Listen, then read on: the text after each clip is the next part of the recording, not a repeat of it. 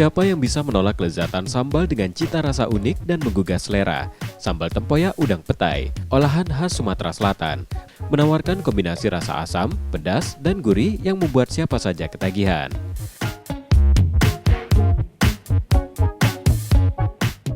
Salah satu peracik sambal ini adalah Justina, seorang ibu rumah tangga yang berhasil mengubah hobi memasaknya menjadi peluang bisnis. Sambal tempoyak ini mengandalkan tempoyak, fermentasi daging buah durian yang dikenal dengan rasa asam khasnya, ditambah udang segar, petai, dan bumbu rempah pilihan. Sambal ini tak hanya lezat tetapi juga memiliki aroma menggoda. Bahan-bahan yang digunakan cukup sederhana tetapi menghasilkan rasa yang kaya. Justina menggunakan udang segar, petai kupas, tempoyak, cabai, serai, lengkuas, kunyit, garam, dan gula pasir. Semua bumbu dihaluskan lalu ditumis sampai harum, kemudian tambahkan serai, lengkuas, petai, dan tempoyak. Agar bumbu meresap, ditambahkan sedikit air sebelum memasukkan udang segar. Setelah mendidih dan aromanya keluar, sambal siap disajikan. Keunikan sambal tempoyak udang petai ini membuat banyak pelanggan ketagihan.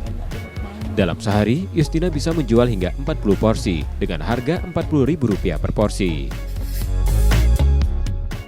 Nikmat karena ada asam, manis kan, rasa duren. Jadi kan udang itu kalau dikombinasikan sama tempoyak itu rasanya bisa beda dari masakan-masakan yang lainnya kan.